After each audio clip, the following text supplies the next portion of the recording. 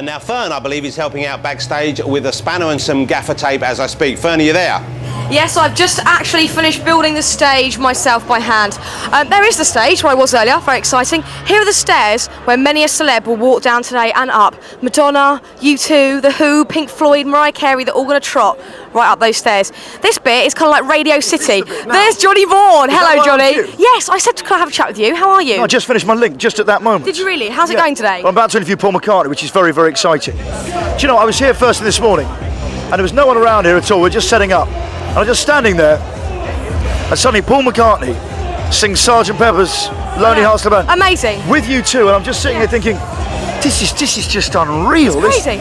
Just absolute crazy. It's going to be a great day. It's awesome, Dick. You can really feel it, can't you? We're half an hour away now. Half an hour. The atmosphere is electric. It's unbelievable. Out there, you've got 155,000 people feeling excitement. The artists feeling excitement here. We're all excited here. I know. It's amazing. I'm going to carry on networking. Can I ask you something, Fern? Yes. How do you feel? No one interviews you. How do you feel today? I'm very excited, and I'm in a right rush to get down there, Johnny Vaughan. Yes, you look after yourself. Thanks. And you hold it down. Cheers, Johnny. Oh, how nice. We've also got Kat just standing. Oh, here's lovely Kat Deely and Edith Bowman. How are you today, ladies? Good. How are you?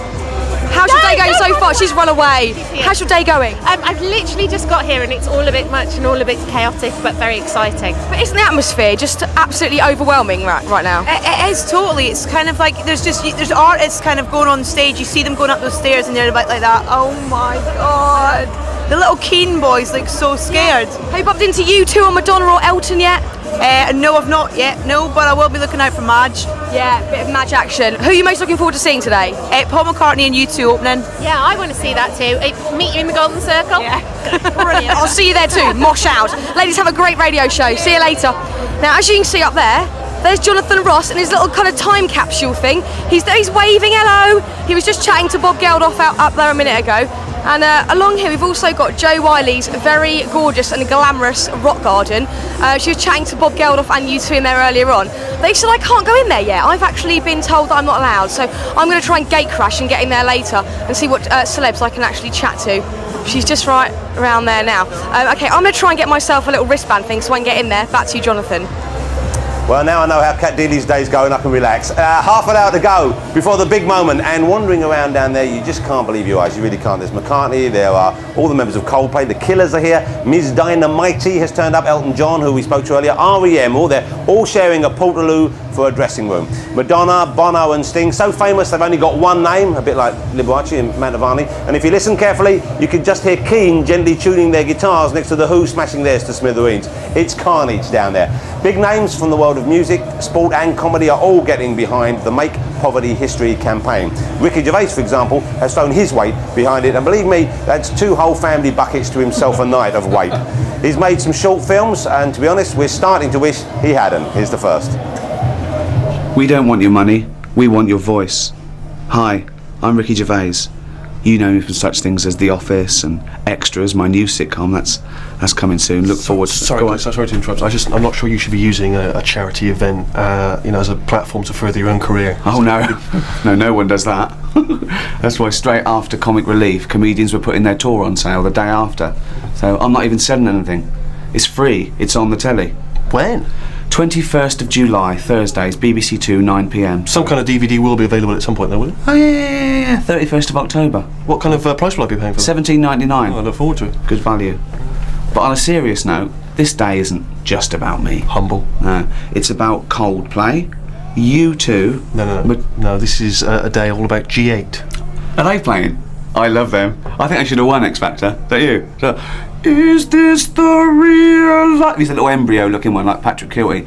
Is this just fant? There's a vicar like, Cordina, and there's 2 big spuds. No escape from reality. Then they walk forward. Open your eyes, look up to the sky. You may as well switch it off. He's going to probably go through the whole song now. It'll probably take about 7 minutes or so. So once you get started, it's easy come, easy go. I should just. Now, the people that make poverty history are keen to stress that what's happening today isn't about raising money by phone lines or collections or any of those kind of things. It's about putting influence on the G8 leaders who are meeting in Edinburgh next week. Who better to tell us what's really going on in the corridors of power than a man who I think was the lead guitarist in the Smiths for a few years, is that right? You're absolutely right. Before becoming BBC political editor, it's Andrew Marr. Andrew, lovely to see you here. Lovely to see you, Jonathan. Yeah. We have a short film I know you've made we're going to look at in a minute. First of all, what do you think is the burning issue of the moment? What's the most important thing that we should focus on? Well, about half a mile from where we're sitting, the negotiators, the so-called Sherpas, ahead of the G8 summit, are head-to-head, still arguing very fiercely about issues, particularly aid. Where Britain is not flinching, aid is still right at the top of the agenda. The question of how soon these African countries will get the money that's going to be announced at G8. We know there's going to be a big announcement coming, but it's still pretty tense, going on right now. I think on debt relief, that's probably going to happen. The big question, the really, really hard one, is trade, because it's crazy. Before we'll talk some more in a minute. You've made a film which I believe is called What's So Great About G8, which makes you sound like a grandpa trying to learn how to text for the first time. Let's have a look at this and we'll talk about some of the more complex issues you raise in this film afterwards. This is Andrew's film, What's So Great About G8.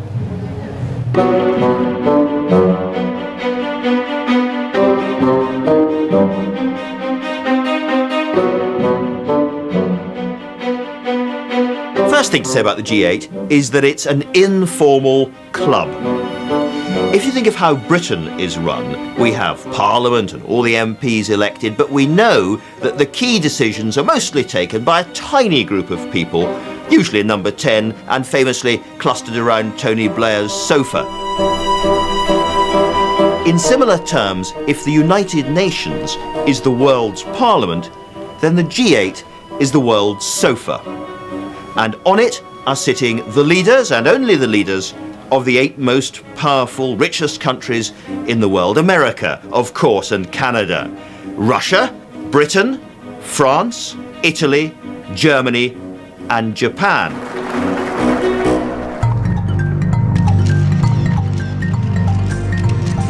So what makes this G8 different? Well, Tony Blair and Gordon Brown have decided to do something most unusual. They're connecting the meeting of those 8 powerful people with a mass movement outside, quite deliberately. G8, Live 8, it's no coincidence. It's frankly a conspiracy. It's a conspiracy between the British government on the one hand, Tony Blair and Gordon Brown, and all the people organising the protests and the rock concerts on the other. And it's meant to put pressure on the Americans, the French and everybody else when they get together at Glen Eagles.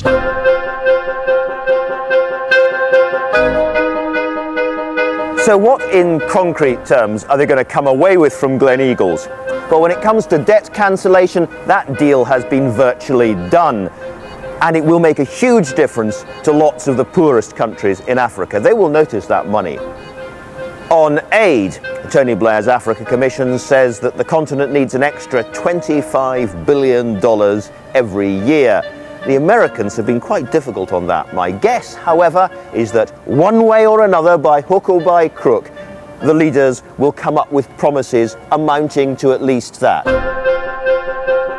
If there is going to be a disappointment, it's going to be about fair trade, allowing Africa to earn its way out of poverty, because that involves the fortunes and prospects for farmers and consumers here in America, Canada, France, who will find life harder as a result. I don't think that the political leaders are likely to do something substantive and dramatic on that. There's a risk in all of this, of course. We've all got short attention spans. You go to a rock concert, you say, yeah, I agree with that, you protest, whatever it is, and you expect a result. Well, it's not going to be like that. Africa is an incredibly complicated, involved issue. It's going to take decades. So we all have to grow up. Getting Africa right, helping, is fantastically important. Just don't expect to wake up tomorrow, open the paper and say, oh, it's sorted, because it won't be. Andrew, thought-provoking, of course. Let me ask you, I mean, most of the people here, I think, if not indeed all of them, and I think it's fair to say all of them are here because they do want change made. They want people at the G8 to make those changes. Do you think the pressure that's being applied in this way actually will have that effect? Will they listen? I think there is no way that this G8 summit would have put Africa so centre stage had it not been for the celebrity and the rock and the other pressure put on these people. Tony Blair knows very well that it's when other leaders look out and they see these concerts going on around the world, every politician is trying to work out, how do I reconnect to the voters? You know, all across the world people are stopping voting, stopping joining political parties. All politicians are worried about it. All of them are impressed at some level by the sheer numbers of people. Right, so the volume actually will have an effect. It does have a big effect. Yeah. You talked in your film about there being a kind of a conspiracy between Geldof and Blair there. Presumably, I thought some of the reason for this was to put pressure on Tony Blair. Is that not needed anymore? Is that not necessary?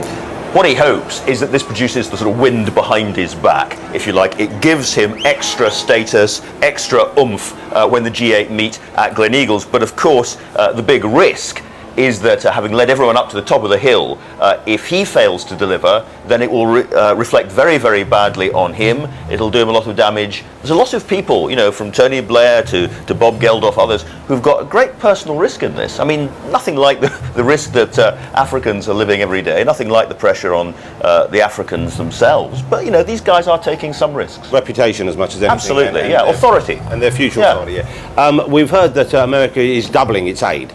That's one thing we've heard already, I believe. Is that enough? Is that what people are hoping for? Or is America the kind of main stumbling block? It's nowhere near the financial commitment being made sort of per head that Europe's making. America and indeed Japan are still way behind at the moment. Nonetheless, it's a big jump from where they were only a few weeks ago. We have to wait and see what they're going to say about trade. That's really important because big trade meetings coming on later in the year. George Bush hates to talk about percentages of national income for very good reasons because America does badly on that. At the same time, he likes to talk about specific programs, malaria, treatment of women who've been abused, particular programs that he says America can take a global lead in.